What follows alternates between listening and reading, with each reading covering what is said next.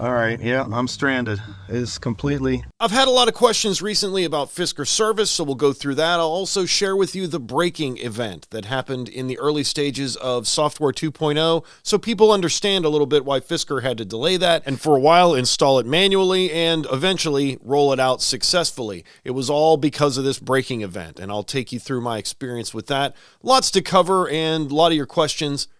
Let's just roll right in. So, how bad of an idea is it for me to buy one of these? They look awesome. With the sale, they're cheaper than the Model Y and look a lot better to me. I'm pretty sure this was sarcasm, but if you want the answer, if it's a garage car, as in you have another perfectly functional car to drive as well, don't be afraid to get one. It could be a classic someday. If not, do you like errors? ADAS fault, drive carefully while you're taking a partner out to dinner? Or climate control refusing to work properly? Or ordering a part and waiting for the part and then eventually there's just no part? Or how about the vehicle randomly won't go into gear? Or the car shakes violently and goes into park while you're just driving through traffic with no warning. If this sounds fine, go ahead and grab one. And since we're just getting the negativity out of the way, here's why I'm not on the forums. Marquez's second review was because he got so much blowback. No, it's because Fisker asked him to do another one. Some have had issues with 2.0 leaving cars disabled or affecting acceleration, but this is a small minority. Experiences of a few, such as yourself, don't represent the vast majority. You're a fact checker, check the facts, man, and do better. This is from the administrator of a forum. If you have to say things like, quote, but this is a small minority, end quote, does that make it so there are no more problems? What are we hiding from? There's no more shareholder value. I get to officially report to you that Fisker has been delisted from the New York Stock Exchange. The document just was filed with the SEC, so this is officially the end. Shareholders, if they restructure, your shares are still toast. There'll be a new name with a new company. If my videos aren't objective, then don't let people post them on your forum. They're probably just a small minority. And let's be clear, everyone that got the first batch of 2.0, which was rolled out to 10% of Ocean owners at first, had issues. They were so bad that they stopped the 2.0 over-the-air rollout and sent Magna and Fisker technicians together to manually update these cars. Every person, until they fixed it. And after that, everyone else started getting 2.0. I didn't think I'd ever share this footage, but what the heck? Here I am. I'm stuck. I can only give you audio right now. I'm trying to do a reset. 2 minutes later. Yeah, it's not doing anything. All right, yeah, I'm stranded. It's completely... All right. Brake system malfunction, service required, parking brake off. Drive. Wow, I survived. Okay. All right, guys. The brake function is real. I just broke down in 5 o'clock traffic. Completely lost power. So, Fisker Ocean's cool, guys, but what did I do? I pressed the brake pedal moderately hard. I pressed the brake pedal moderately hard, and the regen messed up, and it had a shutdown in the middle of the road. It lost function. It lost everything. A complete loss of power. So, the loss of power is real, guys. I was in the middle of Saberton traffic, and so, okay, I took my foot off the brake, and then I put my foot back on the brake, and it started like it was starting new again. Man, that scared the hell out of me. I'm not gonna lie to you. My guy pulled out to go around me, and I didn't like the way he was pulling out, so I hit the brake a little bit to make sure he didn't try to cut me off. It was like the regen couldn't decide what to do. It went out of gear, it went into park. It actually said nothing. The only thing that saved me is the guy behind me was looking down at his phone the whole time. Had no idea I was shut down in traffic. Had no idea the traffic in front of me had gone.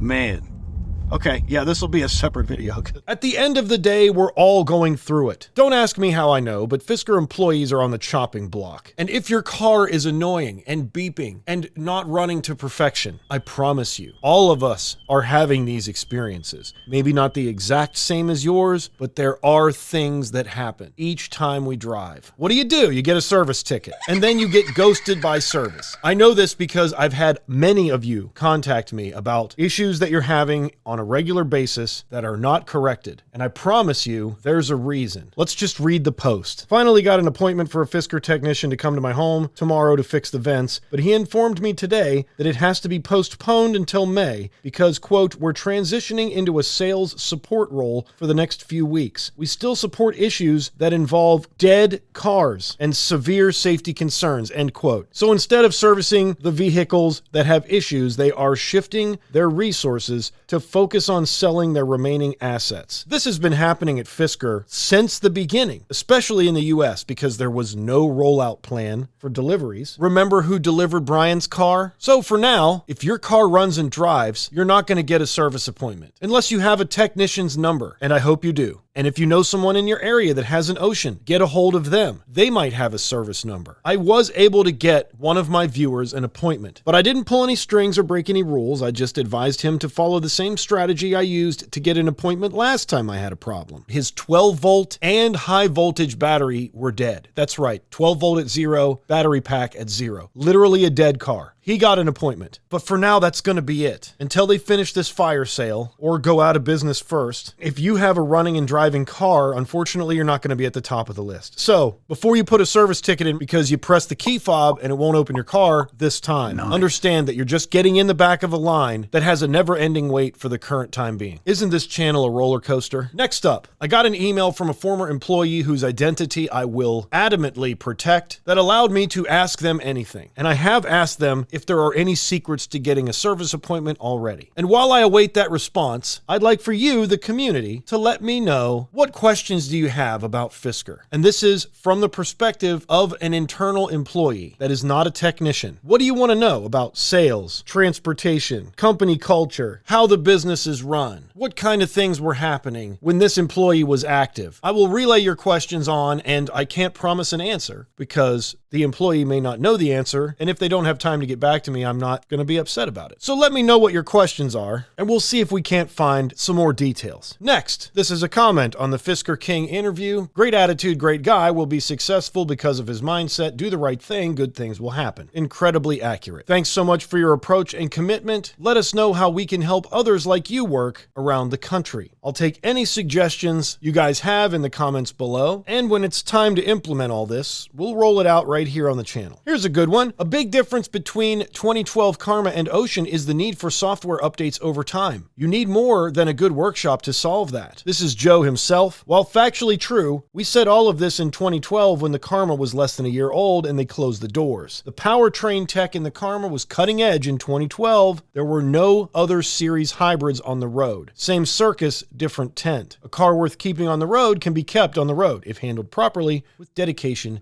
and resources. Emphasis on resources. Joe is a resourceful guy. He has a lot of contacts, and he will use all of the tools at his disposal to get what he needs to not only update and maintain the hardware on the Ocean, but the software as well. I'm extremely confident. And he's not the only one out there ready to do this. But a great question nonetheless. Since this is deja vu, could you find a way to research historic insurance rates on the Karma? Karma owners, if you're in the comments, please help us out. Is this an expensive car to insure? I don't want to get into individual insurance rates because it's exactly like talking about individual interest rates. If you didn't get the industry low on an interest rate, there's likely a record of something that provides reasoning there. And just like a credit score, there is such a thing as an insurance score, and your credit is part of that. On top of your driving record and how old your drivers are and how long they've been on the road and what other vehicles you own and what you intend to do with those vehicles. So at the end of the day, Insurance is a non-starter. If you can't afford to tip, you can't afford DoorDash. Fisker owner from Austria here. The Fisker Center in Vienna is still there. No one answers the phone, and appointments for service are not possible. I sincerely appreciate this. And I believe this commenter also sent me an email, so thank you so much for reaching out and keeping the entire community updated on what's going on. I've got a commenter going to arbitration, wanting to know information and what to do next. If you have details or desire or information regarding legal action, let me know in the comments below. And remember, it's too early for that right now. If we want something to happen, we need a recall or a bankruptcy or something to go on to start down that path as a group. But if you're interested in starting down that path as a group, express your interest below.